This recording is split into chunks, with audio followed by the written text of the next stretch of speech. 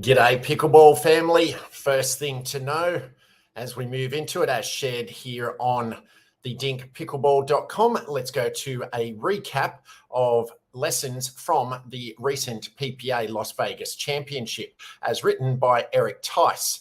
The PPA Championships in Vegas had quite a few storylines. I'll start with some of the more interesting happenings from the tournament and then end with a medal recap of each event. Men's doubles is awesome for the die-hard fans, but terrible for growing the sport. Watching J.W. Johnson and Dylan Frazier take Ben and Colin Johns to 5 games was as entertaining and suspenseful as a men's match I have seen in a long time. The high-level dinking, countering, resetting, and hands battles were amazing. I hope real clear stats can show us the average rally length in terms of number of hits. Being an avid pickleballer and journalist for pickleball, it was a great match.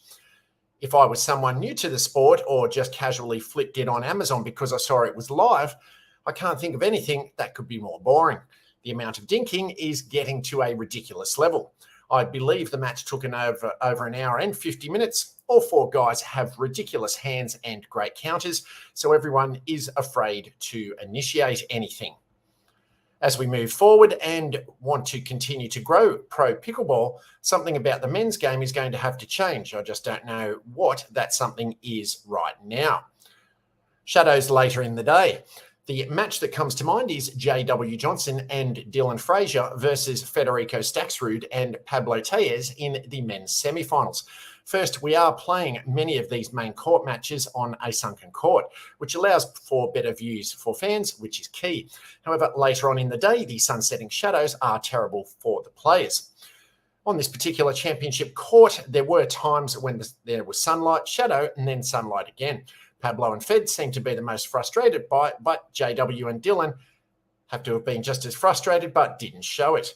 Playing pickleball outside means playing against some of the elements, including shadows. At the same time, we want the best possible product to show the fans, and this wasn't it. 2 ideas to fix the problem.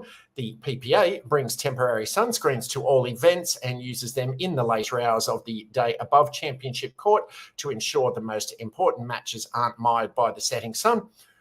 Or figure out when the setting sun will be the biggest problem and do not allow for any matches to be played during that hour. Yes, matches would go later into the night, but players could get a longer break in order to get ready for the most important matches of the day. James Ignatovic rolled his ankle. Obviously, this was terrible for James. Hopefully, it wasn't a bad sprain that keeps him out of multiple events. Sunday felt a little lackluster because we did not get to see a mixed doubles final.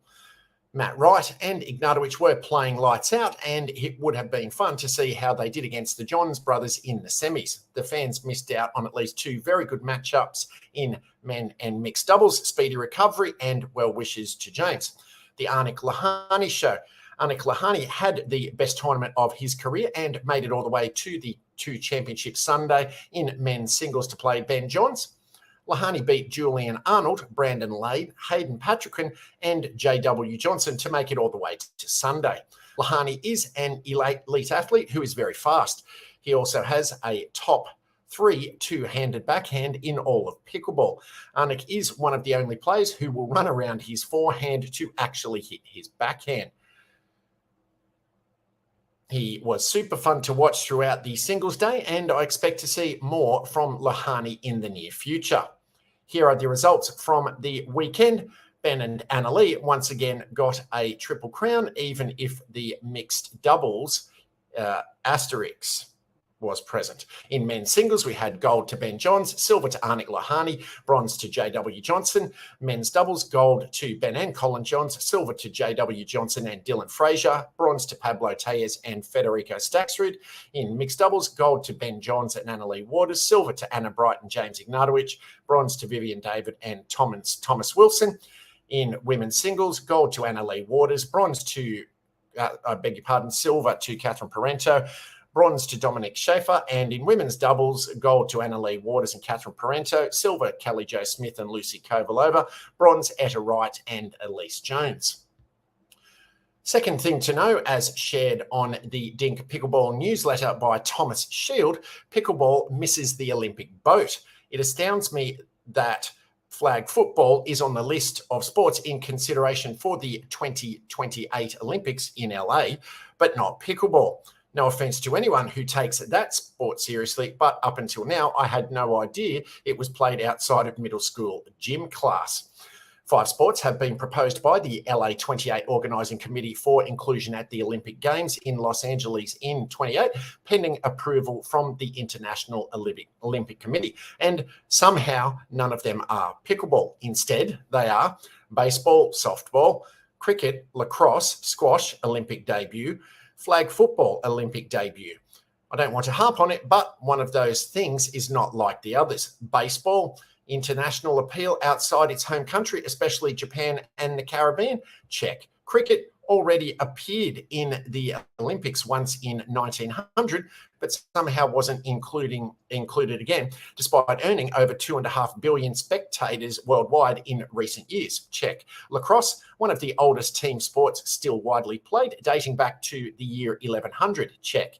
Squash, it's a wonder squash was never included in the Olympic catalogue before. Over 20 million enthusiasts play regularly in over 185 countries. But flag football, who'd have thought it? We did some digging, and as it turns out, lots of people take flag football very seriously. In over 70 countries, flag is expected to overtake tackle football worldwide this year in terms of organised participation opportunities. I suppose this means a bitter congratulations is in order. Fine, well done, flag, if it's approved. But 2032, we're coming for you. Third thing to know, as shared on pickleballunion.com, the 2023 USA Pickleball Diamond Amateur Championship pre-registration opens. The 2023 USA Pickleball Diamond Amateur Championships is scheduled for December 3rd to December 10th, 2023. The event will be hosted by Pictona at Holly Hill in Florida, known for its excellent facilities and boasting 49 courts. Gold medalists of the Diamond Amateur Championships will receive golden tickets, granting them the privilege of pre-registering for the 2024 USA Pickleball National Championship. Registration for the event follows a 3-phase schedule. Phase 1, pre-registration for all Diamond, Regional and Gold and Silver Passport winners will be open from October 9 through 11th, 2023. Registration can be completed on pickleball brackets. Phase 2, a lottery system will be implemented for all Diamond Regional Tournament participants from October 13th through 15th, 2023. And Phase 3, open registration will commence on October 17, 2023. Regarding player information, combined brackets and in the Diamond Regionals will award medals and offer pre-registration for gold and silver medalists. Those participating in a 2023 Diamond Regional Tournament prior to August 1, 2023 become eligible for the lottery for the 23 USA Pickleball National Championships. Players participating after August 1, 2023 become eligible for the 2024 USA Pickleball National Championship lottery. Additionally, all participants must hold current USAP memberships. Similarly, combined brackets in the Diamond Amateur Championship will award medals. Gold medal winners of all brackets, including combined bracket winners, will receive golden tickets to the 2024 USA Pickleball National Championships. Players registered to play in 70 plus, 75 plus, or 80 plus brackets in a Diamond Regional Tournament will receive a Diamond Passport to the Diamond Amateur Championship if the bracket must be combined due to a shortage of teams. The top 4 teams from each pool or round robin bracket will progress to the next round. All pool play and pre-medal matches will be 1 game to 15 with a requirement to win by 2 points. Medal matches will be decided by the best 2 out of 3 games, requiring a 2-point margin. The gold medal winners in each event will receive a golden ticket for the 2024 USA Pickleball National Championships. The event will adopt an MMP format to provide referees for all matches. The venue for the championship is Pictona at Holly Hill, Florida. Fourth thing to know, as shared on myduper.com, a recap of the Duper Collegiate Pickleball Championships. 9 schools competed last weekend at the Nevada Regional, closing the regular season for Duper Collegiate Pickleball. It was the last chance to secure a spot for the 6 schools that still needed a bid for nationals. However, it proved challenging as the aspiring teams faced the Western powerhouses Grand Canyon University, GCU, and Utah Tech. Utah Tech put its 2 teams in the semifinals against GCU and the University of California, San Diego, UCSD. As they advanced through the semifinals, the 2 Utah Tech teams faced each other in the finals for the 3rd consecutive time this season.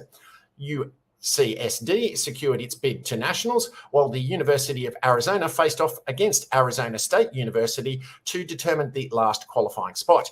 The University of Arizona won, becoming the 2nd Arizona team to secure their place at nationals this year. The top schools have just over a month to prepare until they hit the courts in Atlanta for the Duper Collegiate National Championships. Paddles up.